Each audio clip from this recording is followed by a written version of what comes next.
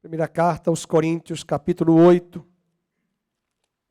Quem nos visita, quem nos assiste pela primeira vez pela internet, nós temos estudado desde janeiro, no início de janeiro desse ano, a carta de Paulo aos Coríntios, a primeira carta, e nós estamos numa sequência, estudando, meditando, e pedimos aos membros, aos irmãos, que estudem-na durante a semana. Possível haver uma reflexão mais profunda se nós não lemos as Escrituras, se nós pautamos apenas à espera do púlpito do domingo à noite ou de manhã. Portanto, leia, estude a palavra de Deus e mantenha ela aberta, porque a fé vem pelo ouvir a palavra, e nós não estamos aqui por causa de homens, estamos aqui por causa da palavra que nos salvou, que nos libertou, que nos santifica e nos liberta e completa a obra até aquele grande dia. Hoje ela é escrita, amanhã veremos a palavra viva diante de nós. Apalparemos aquela palavra viva, Cristo Jesus, o verbo vivo. Vamos ler em 1 Coríntios, capítulo 8. É um capítulo pequeno. Vamos fazer essa leitura. No que se refere às coisas sacrificadas a ídolos, reconhecemos que todos somos senhores do saber. O saber ensoberbece, mas o amor edifica. Se alguém julga saber alguma coisa, com efeito não aprendeu ainda como convém saber. Mas se alguém ama a Deus, esse é conhecido por ele. No tocante à comida sacrificada a ídolos, sabemos que o ídolo de si mesmo nada é no mundo e que não há senão um só Deus. Porque ainda que há também alguns que se chamem deuses com D minúsculo, quer no céu ou sobre a terra, como há muitos deuses e muitos senhores, todavia, para nós cristãos, há um só Deus, o Pai de quem são todas as coisas, e para quem existimos, e um só Senhor, Jesus Cristo, pelo qual são todas as coisas, e nós também por Ele. Entretanto, não há esse conhecimento em todos, porque alguns, por efeito da familiaridade até agora com o ídolo, ainda comem dessas coisas como a ele sacrificadas. E a consciência destes, por ser fraca, vem a contaminar-se. Não é a comida que nos recomendará a Deus, pois nada perderemos se não comermos, e nada ganharemos se comermos.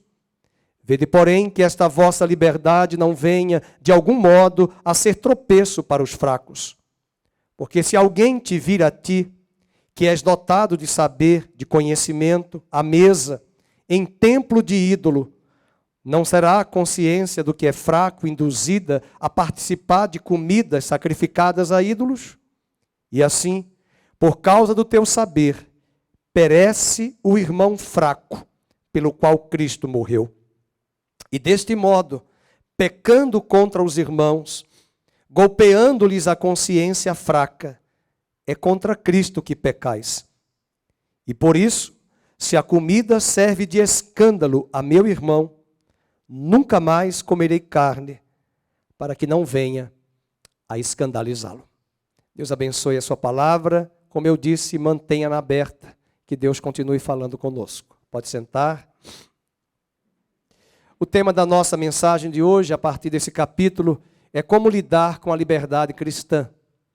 Martinho Lutero escreveu um livro sobre liberdade, um livro fantástico, mas esse capítulo de Paulo aos Coríntios, nós podemos trazer um tema muito importante, que está dentro daquilo que o pastor Felipe já vinha nos falando, de todas as coisas me são lícitas, mas nem tudo convém.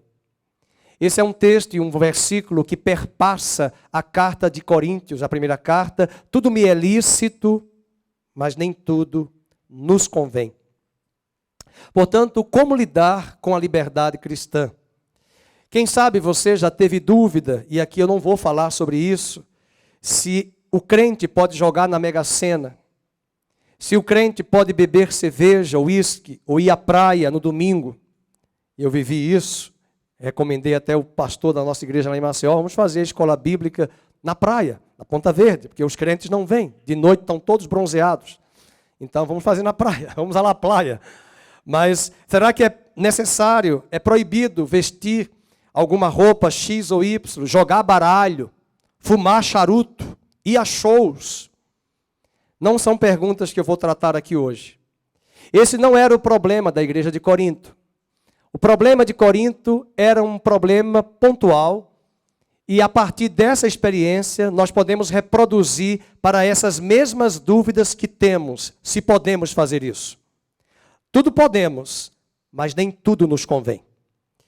A mesma coisa aqui, não é nada disso que eu falei, mas a dúvida era se eles poderiam comer carne que foi usada no templo para Deus Afrodite, para o Deus Apolo, e uma parte dessa carne amanhã estará no mercado com um preço mais barato sendo vendida. Essa era a ideia que eles tinham.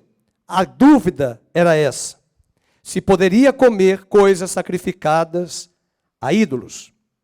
A cidade de Corinto era uma cidade, como nós já comentamos, bem perto de Atenas. Quando você visita o livro de Atos, vocês pensavam que ia dizer visita Atenas, né?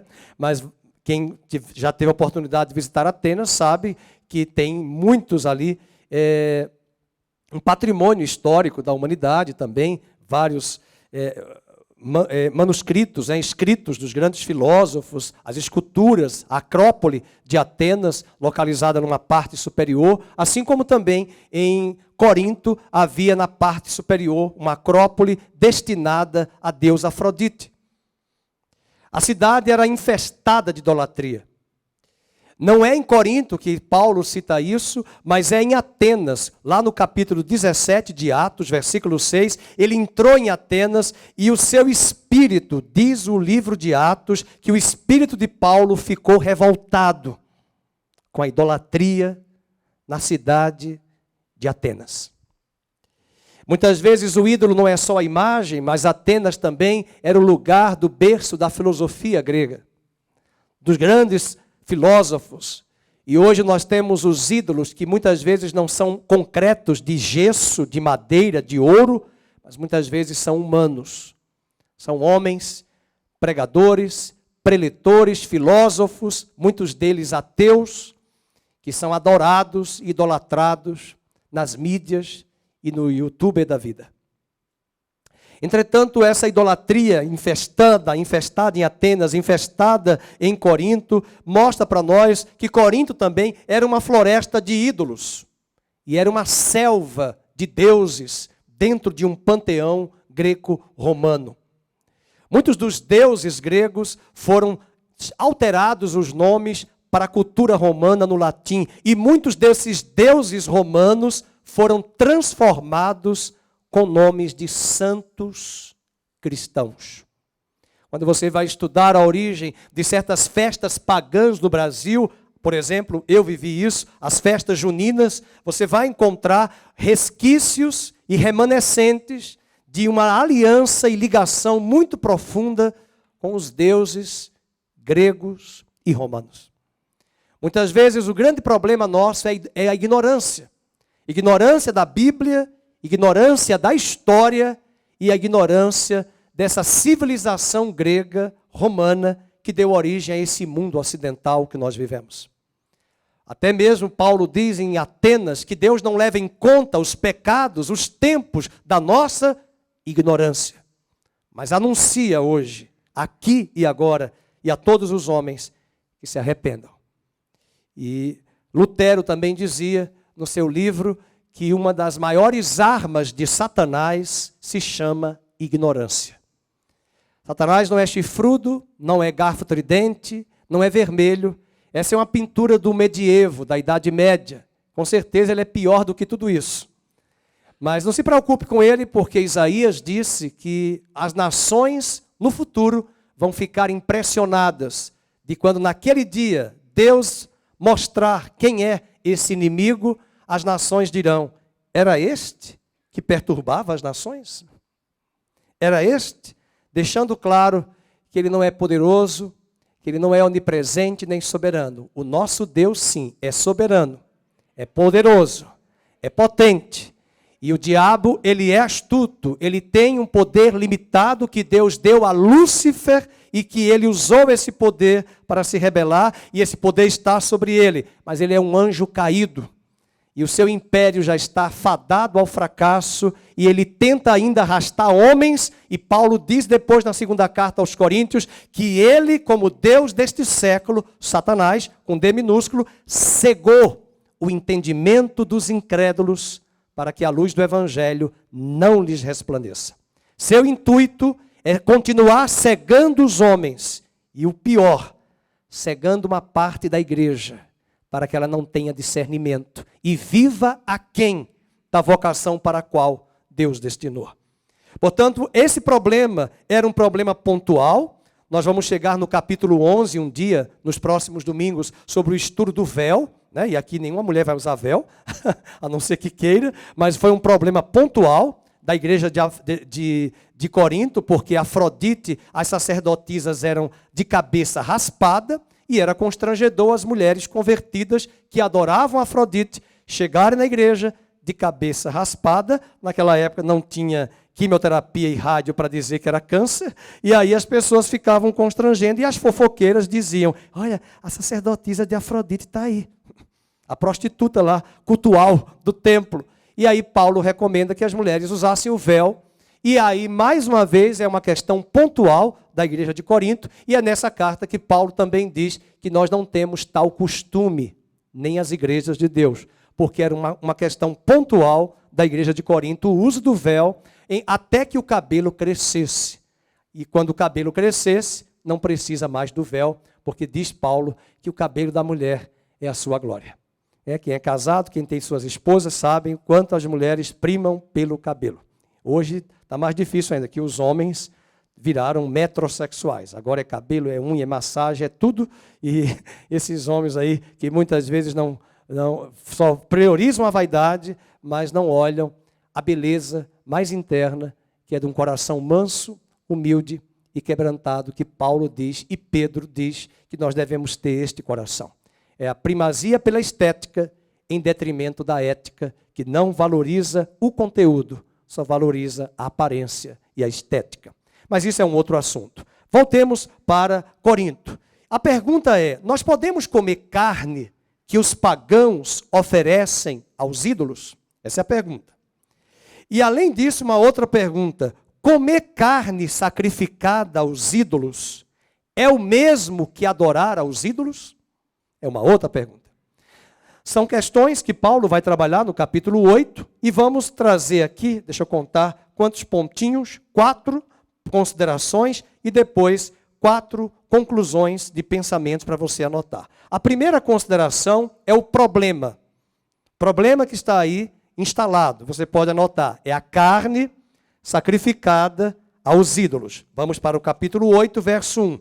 No que se refere às coisas sacrificadas a ídolos, reconhecemos que todos somos senhores do saber. O saber ensoberbece, mas o amor edifica. Eu amo esse versículo. Já fui muitos anos professor de seminário, tanto formando padres quanto formando pastores. Já dei aula para formar padres. Nenhuma disciplina de mariolatria, nem de doutrinas de cunho romano, mas de Velho Testamento e Novo Testamento. E aprendi muito dando aula nessa instituição, formando padres, porque são sacerdotes que têm chamado. Mas eu tive uma boa experiência de ser professor, tanto com o pastor Felipe, do seminário e da faculdade Nazarena, na época, e até já dei aula também em seminário batista, seminários de finais de semana. Mas o que eu lembro, e eu tenho uma lembrança muito clara na sala de aula, que muitas vezes nós queremos se empanturrar de conhecimento teológico. As pessoas, elas pensam que fazer teologia é decorar a Bíblia, conhecer a Bíblia, interpretar a Bíblia. Isso tudo é importante. E um pastor de hoje, contemporâneo, ele tem que conhecer muito a Bíblia, muito mesmo, ler a Bíblia sempre, mas também ler as notícias que circulam todos os dias nos jornais. João Wesley dizia para os seus alunos que é necessário ler a Bíblia e o Jornal de Londres, da época, de todos os dias.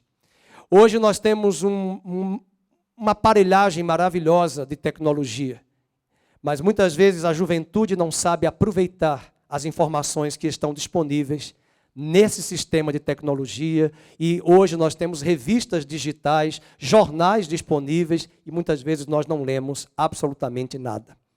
É um desafio, porque a leitura ela nos acrescenta muito. Mas, ao mesmo tempo, Paulo está dizendo que aquela igreja tinha muito conhecimento. Se você voltar para o capítulo 1, Paulo diz que não faltava conhecimento para aquela igreja. Veja, no capítulo 1, vamos lembrar, já estudamos isso, lá no capítulo 1, ele diz aqui no verso de número, versículo 7, de maneira que não vos falte nenhum dom, aguardando vós a revelação de nosso Senhor Jesus Cristo, de maneira que não vos falte nenhum dom. Além disso, versículo 5, porque em tudo, a igreja de Corinto, vocês foram enriquecidos em toda palavra e em todo conhecimento. Então, essa igreja, ela tinha conhecimento. Só que faltava nela a compaixão. Faltava nela, hesed, uma palavrinha hebraica que já estudamos aqui, compaixão. Todas as vezes que a palavra hesed aparece no Velho Testamento, prepare-se. É a compaixão de Deus para liberar o poder para fazer coisas extraordinárias. Quando Jesus era movido de íntima compaixão, próximo versículo, curas e milagres aconteciam. Não existe milagre pelo intelecto, pela cultura e pelo conhecimento. Eu posso conhecer muito a Bíblia, eu posso saber muito da Bíblia e não ter compaixão pelas pessoas. E não ter compaixão pelos perdidos.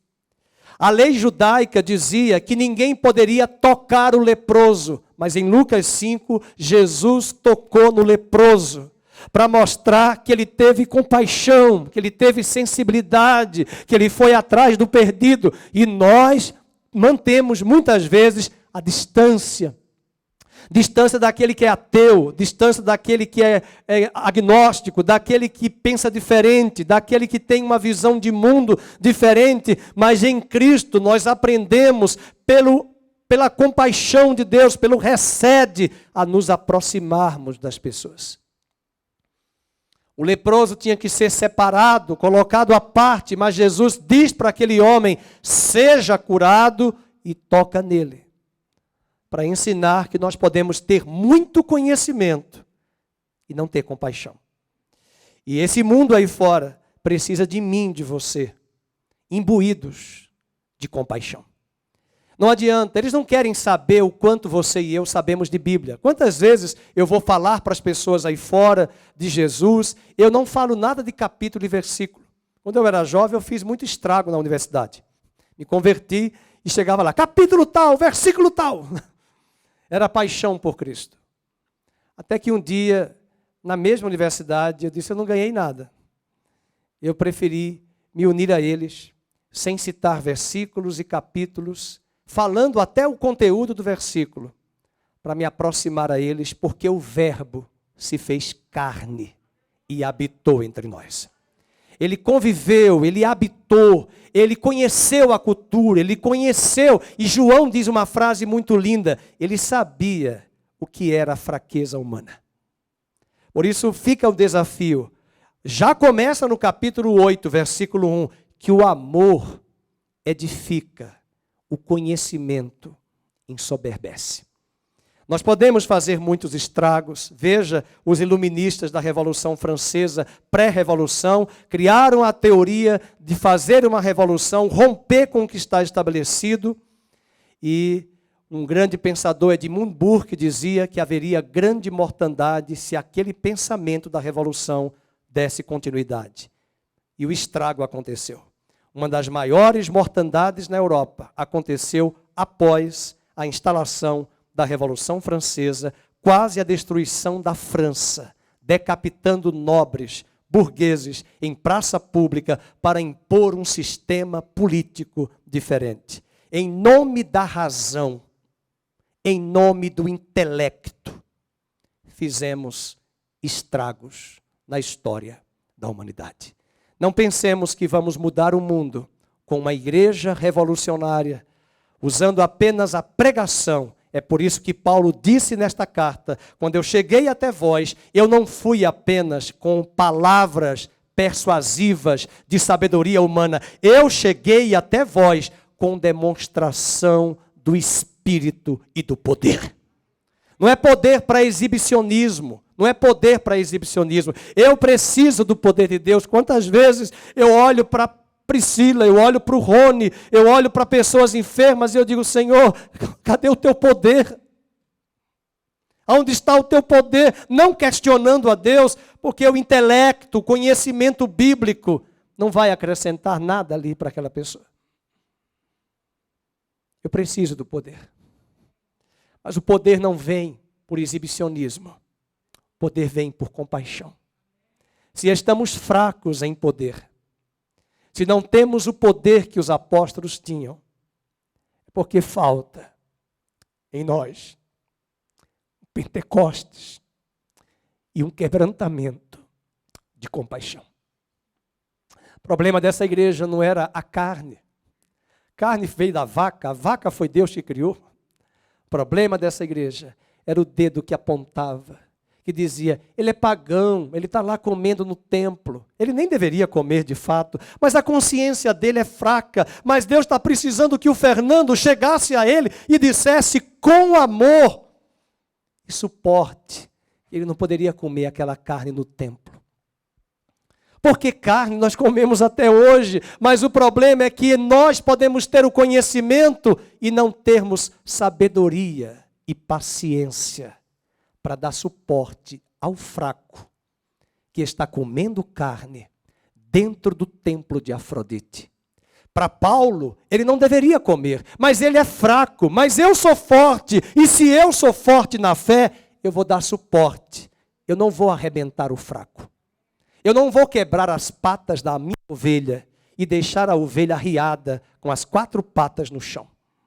Eu preciso ter compaixão e entender que aquela pessoa não tem o nível de maturidade ainda. E isso vai levar tempo, tal qual um pai e uma mãe sofrem em 20 anos para criar filhos. Porque nós temos que ter paciência, e por mais que falamos, parece que entra por aqui e sai pelo outro ouvido. Mas nós precisamos ser imbuídos dessa compaixão, esperançosos de que Deus fará a mudança e a obra e a maturidade chegará. Avançando sobre isso, sobre o problema, toda a população de Corinto praticava a idolatria, exceto a colônia judaica que morava ali. Os convertidos entendiam que a idolatria violava o primeiro mandamento de Deus. Então, se eu vejo a Mazé no templo da deusa Afrodite, ela está adorando Afrodite. Então ela está em pecado. Mas eu já sei que Afrodite é um ídolo criado pelo homem e que Deus abomina os deuses falsos criados por homens. Mas o problema é que ela é neófita ou imatura. Não é o caso dela. Ou a mente dela é fraca. Paulo vai dizer: a fé do teu irmão é fraca. Então o que você vai fazer? Escandalizar o irmão? Desprezar o irmão? Não.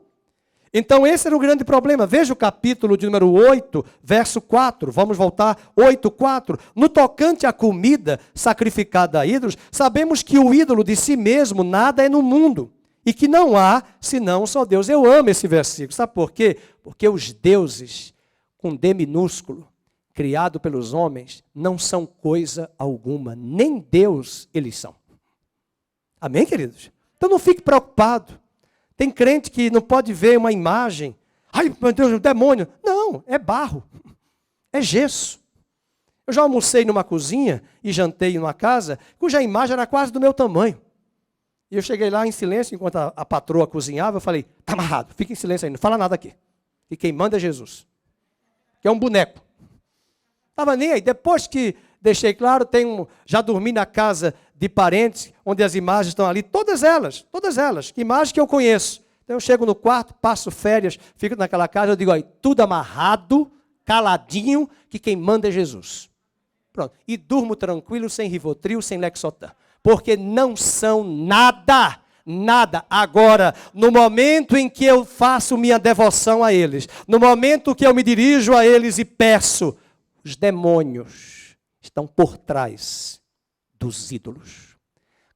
Nessa mesma carta, capítulo 10, ele diz: os homens que adoram ídolos estão adorando a demônios. Só isso. A Bíblia deixa muito clara. Então a gente tem que entender, mas eles não são nada. É de ferro, é de madeira, é de barro, é talhado a ouro. Eu fui agora a Ouro Preto e tirei fotos do museu. Tive que pagar para entrar no museu e ver. Quando eu olhei, eu disse: meu Deus, falei para minha esposa, o que a gente está vendo aqui? Imagens belíssimas de tudo que é tamanho. E estava lá século XVIII, século XVII. E estava lá escrito: só as famílias riquíssimas, abastadas, tinham direito de ter aquele tipo de material. Era o oratório com as imagens. Os escravos não tinham. Os negros não podiam ter. Os índios não poderiam ter nem acesso. Porque vinham de Portugal, vinha da Áustria, vinha da atual Alemanha, vinha de outros países, dos santuários, vinha de Fátima, vinha de Portugal, mas os ídolos. Mas eu lembrei, não são nada. Embora eu sei que são de madeira, coberto de ouro, mas não são nada. Não precisamos nos preocupar quanto a isso. Mas esse era o problema. E havia 3 lugares onde você ia encontrar em Corinto a carne sufocada. Eu estou ainda dentro do tópico do problema. Vamos ver. O primeiro local onde a carne estava era no templo dos ídolos. Veja o capítulo 8, verso 10. No caso de Afrodite. Se alguém te vir a ti, que és dotado de saber, de gnoses, conhecimento, à mesa em templo de ídolo, então você está sentado à mesa no templo de Afrodite. Aí ele diz: não será a consciência do que é fraco, da pessoa que é fraca na fé, induzida por causa da tua atitude a participar de comidas sacrificadas a ídolos? Então, o que é que Paulo está dizendo? Era um dos locais onde você tinha a carne. Só para lembrar que quando alguém levava a carne para Deus Afrodite e para outros deuses, acontecia isso. Uma parte da carne era queimada, outra parte era colocada para o sacerdote e outra parte para o ofertante comer. Inclusive, até hoje existem trabalhos ocultistas, que a gente sempre dá alerta aí, cuidado, porque tem pessoas que só levam o animal para fazer certos trabalhos. E eu já vi gente que ficou endemoniada porque levou o animal, só que ela se esqueceu que o animal foi morto, e o sangue foi derramado no altar, aquela entidade, colocando a foto dela para fazer um pacto de sangue com as entidades. Ah, mas eu não comi. Mas o sangue é aliança. E tem outros que participam da oferta e comem da carne na mesa do templo do ídolo. Então você vai ter todo esse cenário. Então você tinha 3 partes de carne. Uma parte dessa carne que o ofertante ficava, às vezes ele levava para o mercado, no outro dia, para vender. E aí vem um problema, né? Esse é um ponto. Outra parte onde a carne estava, na casa dos amigos idólatras. Então, às vezes você, vou usar aqui a Beatriz, ela é convertida, mas ela tem uma amiga que chamou hoje ela para comer lá na casa dela, onde é um altar a uma entidade. Então, eles vão almoçar a carne diante de uma mesa que vai ter um ritual de sacrifício ao ídolo. E depois essa carne ela vai comer, junto àquele ídolo. O que Paulo diz? Vamos para o capítulo 10, verso 27 ao 28. Estou percebendo que hoje os irmãos estão aí bem assustados com a palavra.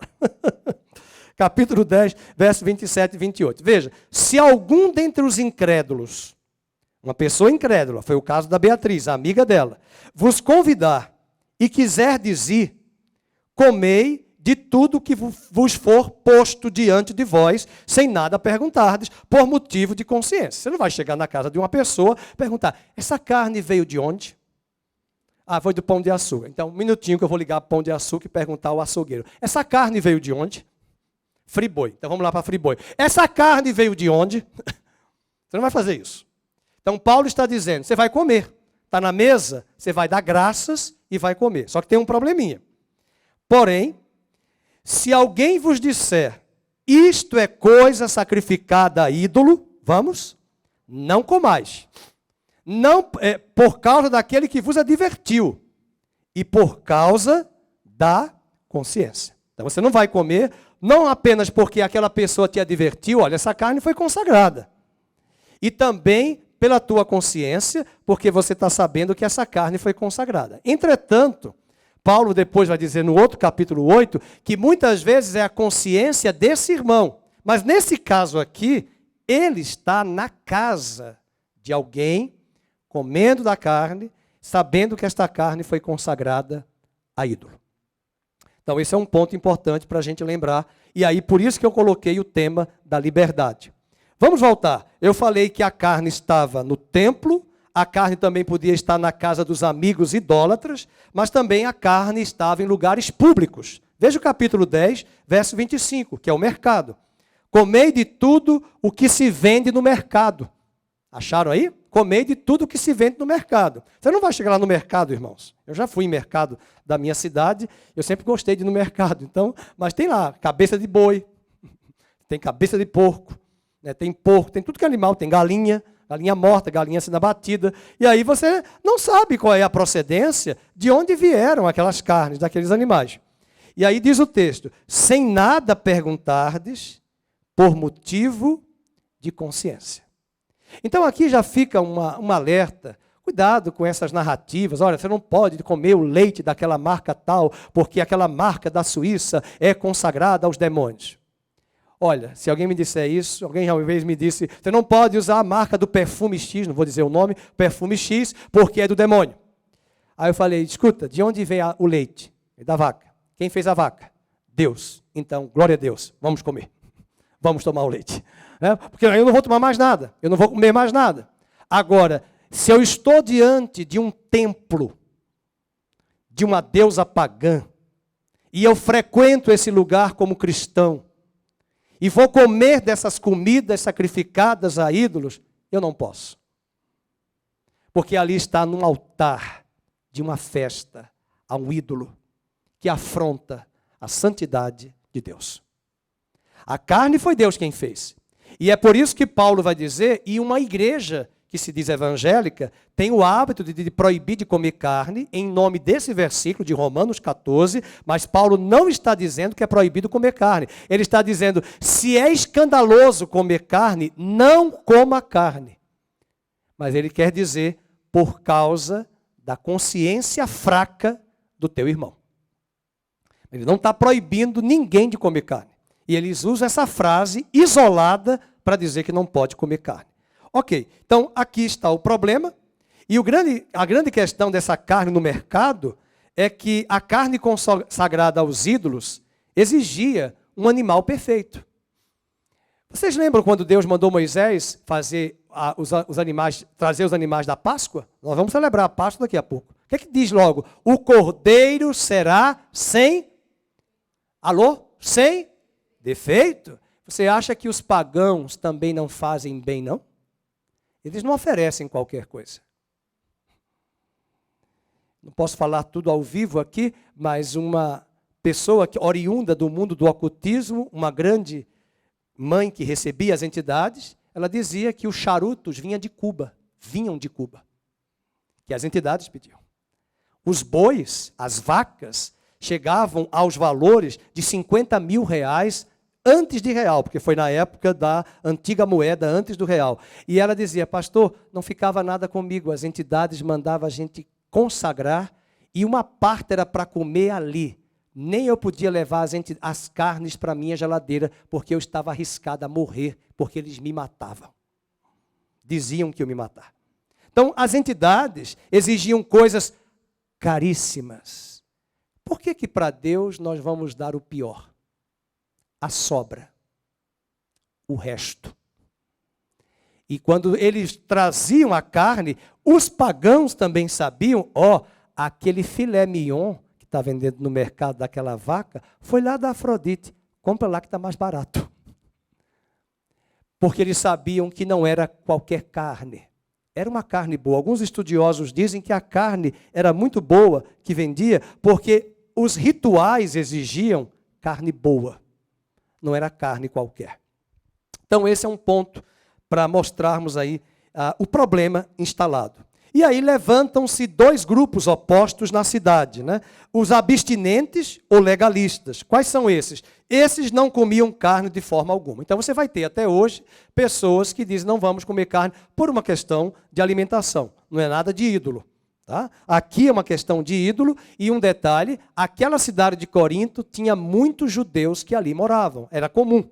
E os judeus já traziam esse pensamento e os cristãos que chegavam da conversão ao cristianismo, que vinham do judaísmo, traziam essas práticas e entendiam pela própria lei de Deus que não deveriam comer dessas coisas.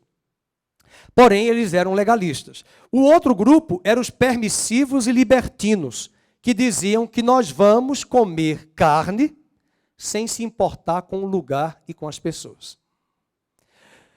Eu lembro quando meu primo morreu de Aracaju, foi uma experiência muito pessoal. Eu nunca fui de beber cerveja, não gosto de beber cerveja, nem uísque, essas coisas. Já bebi uma vez, muita vez, e foi a última antes de me converter. Mas eu me lembro que eu falei, Senhor, me cubra com teu sangue, porque eu estou aqui na praia do Atalaia, eu vou conversar com meu primo e ele foi tomar uma cerveja. E eu falei, meu Deus, quem está nos olhando aqui vai pensar que eu estou bebendo. Então estava lá, as músicas, a festa, a praia, e eu não sabia que uma semana depois o meu primo morreria. Carbonizado, com gasolina ateada no corpo. E o corpo de um rapaz de mais de 1,75 m de altura, reduzido a um caixão de bebê. Foi naquele lugar que eu fiquei olhando para os lados, eu era muito jovem, dizia assim, se tiver algum crente aqui, eu não sou de Aracaju, mas se tiver algum crente aqui, o pastor Fernando está bebendo cerveja, na Maisa, da praia do Atalaia. Pastor se desviou. Eu estava na água de coco e ele na cerveja. Mas foi ali que eu evangelizei. Foi uma oportunidade que eu tive. E quando ele morreu, eu penso até hoje, quem sabe em meio às chamas, ele clamou por Jesus. Diante do que eu e a pastora Vânia havíamos falado de Jesus para ele. Mas eu não tenho o hábito de ir à praia, ficar num bar, bebendo em qualquer batuque, qualquer festa, até para guardar a minha imagem, porque poder estar ali eu posso. A praia foi Deus que criou. Mas eu não posso ser escândalo para as pessoas. Porque há pessoas que têm uma fé fraca e elas entendem que lugares são de pecado. Mas Jesus também frequentou certos lugares. Mas também o perigo é muito grande quando você ouve uma mensagem dessa e quer sair daqui depois e diz assim, pastor, então já que o pastor falou, eu posso frequentar. Não, não, não, porque a linha é tênue entre a permissividade e a restrição. Você ou se torna libertino ou se torna legalista. E você tem que entender que a maturidade é para aqueles cujo autor de Hebreus diz que sabem, com as faculdades mentais, discernir entre o bem e o mal. E a maturidade leva anos, é uma caminhada, e nós não podemos permitir isso. Tá bom? Exemplo, uma irmã da nossa igreja, da Igreja do Nazareno, que eu gosto muito, irmã Oneida Bedix, a Mari conhece, e a Mazéio Chagas, e eu nunca esqueci, nós iríamos almoçar na Semana Santa, ela me convidou, acho que eu era solteiro, já era casado, acho que solteiro, nós já éramos casados, ela nos convidou, foi isso, e eu nunca esqueci, porque a sua vizinha católica romana celebrava com restrição não comer carne vermelha na sexta-feira. E o seu genro, que é o Christian Bedix, estava indo almoçar com ela, com a sua esposa, com a sua filha, e eu lembro que quando nós chegamos ali, ela disse, Nando, ela me chama de Nando, Nando, não venha não, a gente não vai fazer o almoço, né? Porque ele fez, a vizinha está aqui, e eu lembrei que vai ser churrasco. E como é churrasco, nós vamos cancelar o churrasco, para que o cheiro da carne não chegue na casa da vizinha, e amanhã ela não venha para o grupo de estudo bíblico que eu fazia parte. Como é que nós vamos convidar se ela vai entender que nós, cristãos, e ela cristã romana, nós estamos afrontando ela. Mas a casa é dela, a casa é minha, eu como o que eu quero. Sim, mas a questão não é essa. O cristão, ele é altruísta, ele não pensa só em si. Ele tem que pensar no outro. Daí a importância de dar lugar ao outro para não ser escândalo para o outro. E esse é o problema de Corinto. Eles tinham muito conhecimento, mas faltava o amor para abrir mão e não ser escândalo. Essa é a questão. Então, dois grupos se levantam. Vamos abrir em Romanos 14, 3. O Rogério vai colocar na tela. Você pode ver esse versículo. A irmã já leu aqui. Quem come, não despreze o que não come. E o que não come, não julgue o que come, porque Deus o acolheu. Então, essa é a resposta que Paulo traz em Romanos, mostrando que nós não podemos desprezar, que não sejamos escândalo por causa da comida. Mas aí levanta-se um outro problema. E quando a Patrícia está comendo essa carne no templo de Afrodite, ela que já é convertida, ela não deveria comer. Essa é a resposta de Paulo. Vamos ao segundo ponto. O primeiro foi o problema, o segundo o princípio. O princípio que o amor deve controlar o conhecimento. Se você voltar agora para o capítulo 8, rapidamente, verso 3, ele diz, mas se alguém ama a Deus, esse é conhecido por ele. O versículo 2, ele diz, se alguém julga saber alguma coisa, porque eles se achavam sábios, intelectuais, aí ele diz, com efeito, não aprendeu ainda nada como convém saber. Mas se alguém ama a Deus, esse é conhecido por ele. Deixe-me dizer uma coisa, conhecimento sem amor não traz edificação, traz tropeço. É possível eu golpear com o meu conhecimento arrogante a consciência fraca do meu irmão. Eu posso ter o conhecimento, e aqui estou lembrando de uma cena de um acampamento onde nós não queríamos comer, eu não queria comer a galinha cabidela. Só que o dono do hotel, do acampamento nosso lá em Palmeira dos Índios, em Alagoas, nós éramos jovens, fomos para o acampamento, eu e a Mabe, a gente nem namorava ainda. E ali eu lembro, quando eu cheguei, para dizer para o pastor, a galinha cabidela. E tinha uns crentes, bem pentecostal, de uma denominação radical xiita sunita, que nada pode. Tudo era pecado, eu falei, e agora para arrumar esse ambiente? E aí eu falei, meu Deus do céu, eu tive que dizer para algumas irmãs, olha, a irmã não quer comer? Vamos pedir lá na cozinha para eles fazerem um ovo cozido. A irmã come o ovo. Mas vai todo mundo comer a galinha cabidela aqui. A gente tem que, sabe por quê? Porque vai ser escândalo. A gente não comer por causa dos funcionários dos restaurantes que não são cristãos. Não são cristãos. Eu não comi a galinha, fique tranquilo. Mas eu vi, hoje não vou comer. Acabou. Qual o problema de não ter mistura? Vou morrer porque eu não vou comer a mistura hoje, mas eu vou sentar-se à mesa, vou comer a comida, e era um prato que eu gostava. Muitos cristãos comeram, sem nenhum problema. Depois, em off, eu não era o pastor titular, mas era o responsável ali do acampamento com os jovens. Eu chamei os jovens em particular, olha, vamos estudar agora, porque na prática vocês não devem comer, porque está escrito no Novo Testamento, em Atos 15, que os apóstolos disseram 4 restrições: relações sexuais ilícitas, carne sufocada, comida consagrada a ídolos e sangue. Não se come. Mas nós íamos ser escândalos para 250 pessoas acampando no acampamento, e umas 12 na cantina, tudo que não era cristão, a gente tinha que ter sabedoria. Alguns comeram, outros não comeram, e ninguém ficou mais santo, menos santo, por causa da galinha cabidela. Entretanto, nós poderíamos estragar o acampamento por falta de sabedoria e de amor. Amém, queridos? Então, cuidado para não ofender as pessoas por causa do seu conhecimento. Nós não somos uma ilha. As nossas palavras, as nossas ações e as nossas reações afetam as pessoas à nossa volta. Veja o capítulo 8, verso 12. Leiam. E deste modo, pecando contra os irmãos, leiam, golpeando-lhes a consciência fraca, é contra Cristo que pecais. Então você está golpeando o seu irmão, você está golpeando a Cristo. Eu gosto quando Jesus falou para Paulo, foi Jesus que falou. Saulo, Saulo, por que tu me persegues? Pergunta número 1, quem Saulo estava perseguindo? Estava perseguindo quem? A igreja. E ele não sabia que perseguindo a igreja, ele estava atacando Cristo.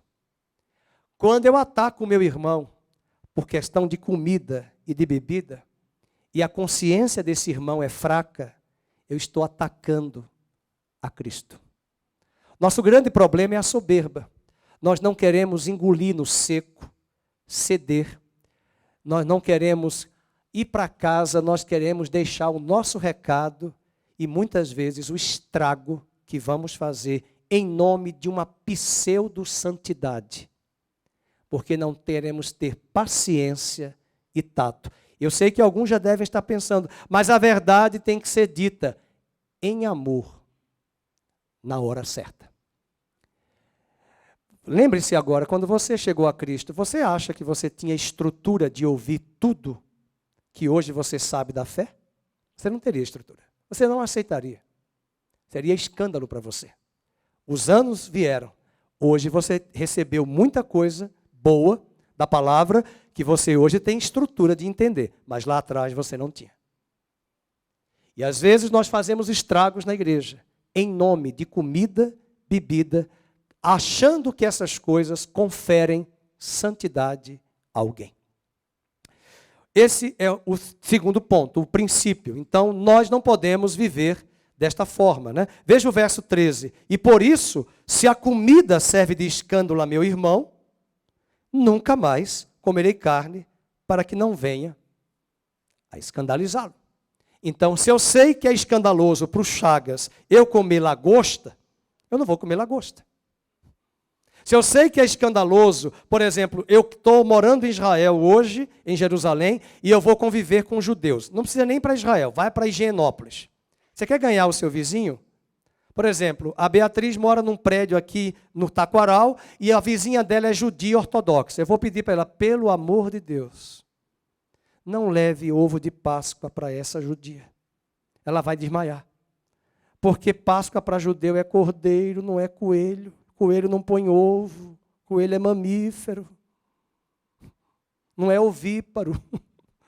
E eles sabem que Páscoa é passagem do Mar Vermelho do Egito para Canaã. E eles sabem que Páscoa, o ceder, é o carneiro.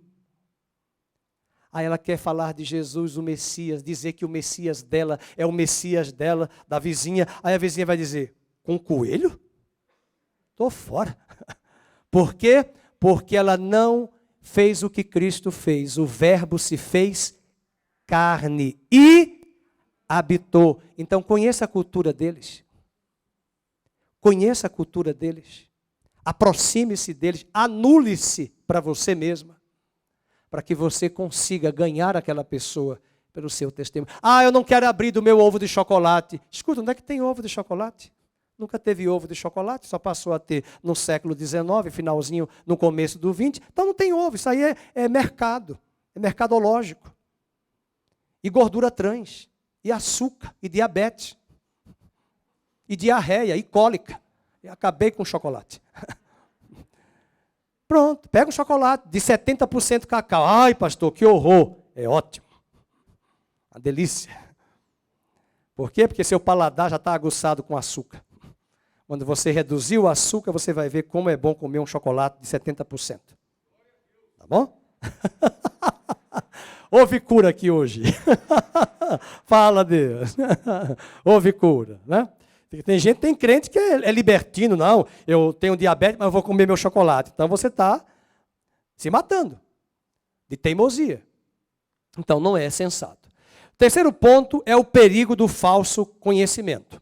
Veja o versículo de número, capítulo 8, verso de número 1, a última frase. O saber ensoberbece, mas o amor edifica. O que seria o perigo do falso conhecimento? É o que os povos já dizem aí. Lata vazia é quem faz barulho. Porque muita gente começa a rotar a intelectualidade bíblica. Porque eu já sei, porque eu já tenho 50 anos de ministério, patrimônio tombado e histórico da Bíblia. Né? Eu já sei, eu já conheço, eu vim de uma igreja X, Y. Você pode, e realmente, tudo isso é válido. Mas e o amor? E a compaixão? Como é que você lida com essa arrotância, esse arroto intelectual bíblico. Ah, eu sou filha de pastor. E daí? Né? Filho de pastor não tem asa. Né? Nenhum pastor tem asa. Né? E tem pastor que prega heresia. Então não quer dizer nada. Eu quero saber que você e eu podemos conhecer a Bíblia, mas não termos compaixão. Meus irmãos, que bom nós estarmos aqui. Mas quando nós sairmos dessas paredes, nós vamos encontrar pessoas vazias, que nada sabem, que nada entendem, que precisam da nossa compaixão. Recentemente eu fui mal atendido no mercado, aqui da região, mercado de bairro, e fiquei irado. Eu não respondi. Mas ainda bem que eu estava de máscara, e era também porque o meu semblante sem a máscara ia mostrar que eu estava com raiva. Fiquei de máscara. Enquanto ela trabalhava no caixa, finalizando, eu comecei a olhar para ela. E veio a compaixão de Deus e o Espírito falou comigo, ore por ela. Ela não conhece o Evangelho, você conhece. Ela não conhece. Ore por ela. E eu saí do caixa envergonhado de mim mesmo.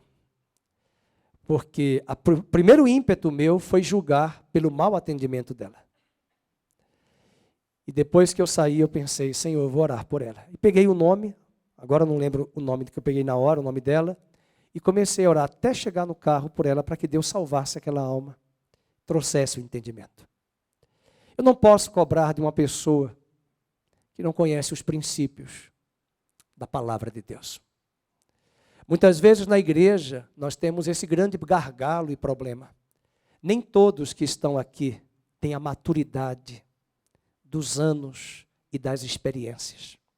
Precisamos ser mais pacientes, porque o conhecimento ensoberbece, mas o amor edifica. E esse perigo do falso conhecimento é que a palavra ensoberbecimento que Paulo usa no original é interessante na língua grega. É a figura de um balão cheio de ar, mas que não tem conteúdo. Essa é a figura que Paulo utiliza, mostrando que o verdadeiro conhecimento não é arrogante, não toca trombetas e não é fiscal da vida alheia. O verdadeiro conhecimento produz humildade e não arrogância. Porque quem faz barulho é lata vazia. Mas uma lata cheia, você bate, não vai ter o barulho de uma lata vazia. Portanto, tenhamos cuidado. E o quarto e último ponto dessa pregação é o problema da consciência cristã. Immanuel Kant foi um dos grandes filósofos iluministas, e ele dizia uma coisa que eu sempre guardei, tanto no livro dele, quando eu li, quanto na reflexão teológica dele. Ele dizia que duas coisas encantavam ele, Immanuel Kant. Era o céu estrelado e a lei moral de Deus no coração do homem. Kant descobriu, Romanos 2, que mesmo um homem não conhecendo o Evangelho, ele entendeu o que Paulo disse, que Deus escreveu a lei moral no coração do homem, mesmo esse homem não conhecendo a Deus. E Kant ficava encantado, porque como ele vai ser um pensador do direito humanista, que vai ressuscitar no século 17 e 18, ele era um grande filósofo, até criticado até os dias de hoje, mas muito reconhecido para o direito e para a filosofia. Ele entendia que o direito não deveria vir de uma imposição de juízes e de deputados que criam leis, mas que deveria vir de baixo, dos costumes dos homens, e esses costumes viriam da lei moral de Deus aqui dentro. E é importante que é essa lei moral que Paulo diz em Romanos, e essa lei nós chamamos de consciência. Põe na tela Romanos 2, 14, 15. Veja o que Paulo diz, guarda esse versículo. Quem aqui já perguntou para algum pastor, pastor, e os índios que nunca foram evangelizados? Hello, hello? Pastor, e aquela tribo que nunca foi alcançada? Dá uma lida em Romanos 2,14. Quando os gentios pagãos não têm lei, escrita, judaica. Os gentios não têm essa lei escrita, nem os gregos tinham. Os gregos aprenderam com os hebreus a escrever a lei, porque os gregos guardavam o pensamento, a lógica, a retórica e não a escrita. Então ele diz, procedem por natureza de conformidade com a lei, mesmo não tendo lei, os pagãos, eles servem eles de lei para si mesmos. Por quê? Eles não têm a lei que proíbe, mas têm a lei moral que diz, não cobice a mulher do próximo. Não se deite com a sua irmã. Não se deite com a sua filha. É a lei moral. Eles podem ser ateus, podem ser pagãos, podem ser incrédulos, mas a lei moral acusa e aprova os nossos erros, dependendo da atitude ou os acertos. Veja o versículo 15, continua. Eles mostram a norma da lei aonde? Era isso que Kant ficava encantado. Gravado no seu coração, testemunhando-lhes também a consciência e os seus pensamentos, mutuamente acusando-se ou defendendo-se. Então, o que ele está dizendo? Que essa lei moral, mesmo João da Silva Gabriel, que não é cristão, ele não conhece a Deus, Deus deu a lei moral a ele. Deus deu a lei moral ao ex-presidente Lula. Deus deu a lei moral ao Fernandinho Beiramar. Deus deu a lei moral àquela jovem que matou em concordância com o namorado e o irmão, o cunhado, a sua própria mãe e seu pai. Deus deu a lei moral ao homem. E quando o homem rejeita a lei moral, endurece o coração, a Bíblia diz que Deus entrega esse homem aos seus prazeres. Podem ir. Mas ali tem um abismo. Mas a consciência estava falando.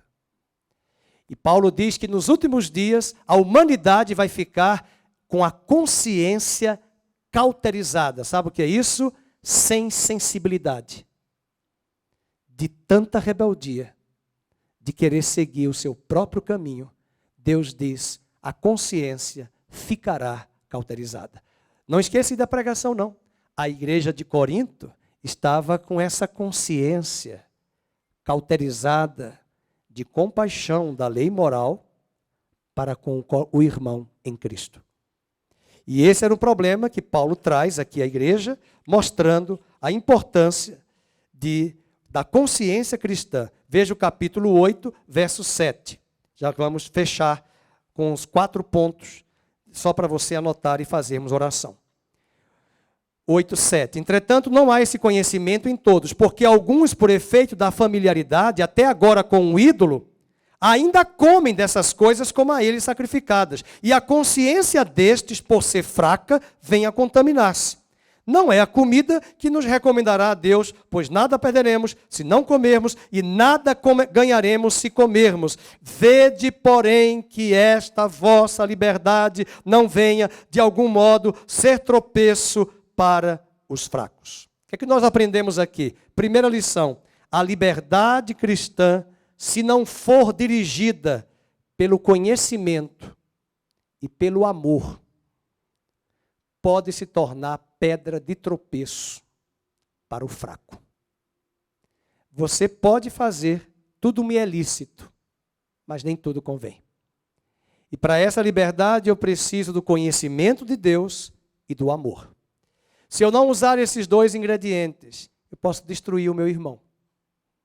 Eu posso ser um tropeço.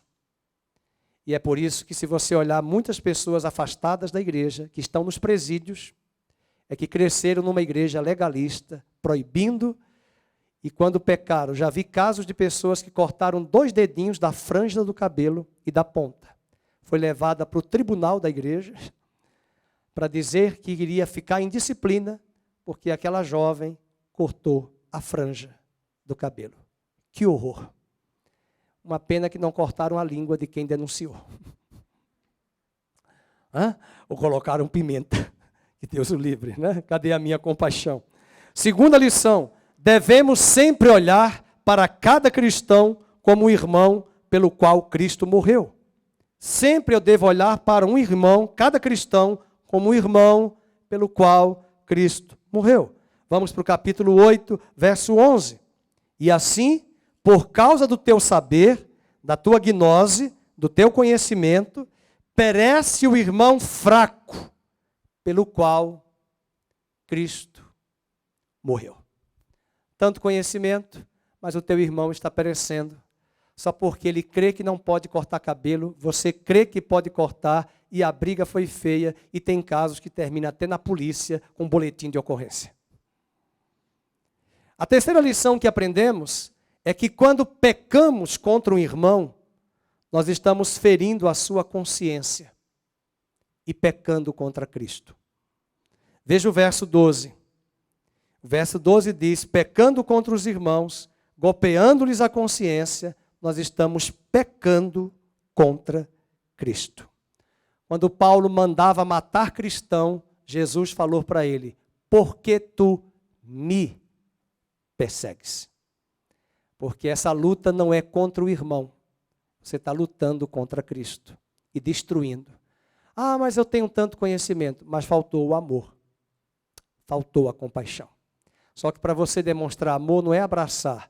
É você esperar o culto terminar e ficar 1h30 conversando e atrasar o seu almoço 2 horas. Mas você levou 1h30 para conversar com aquele irmão e ele mudou de ideia. Só que você não quer perder tempo. E o amor exigirá abrir mão do nosso eu e do nosso tempo.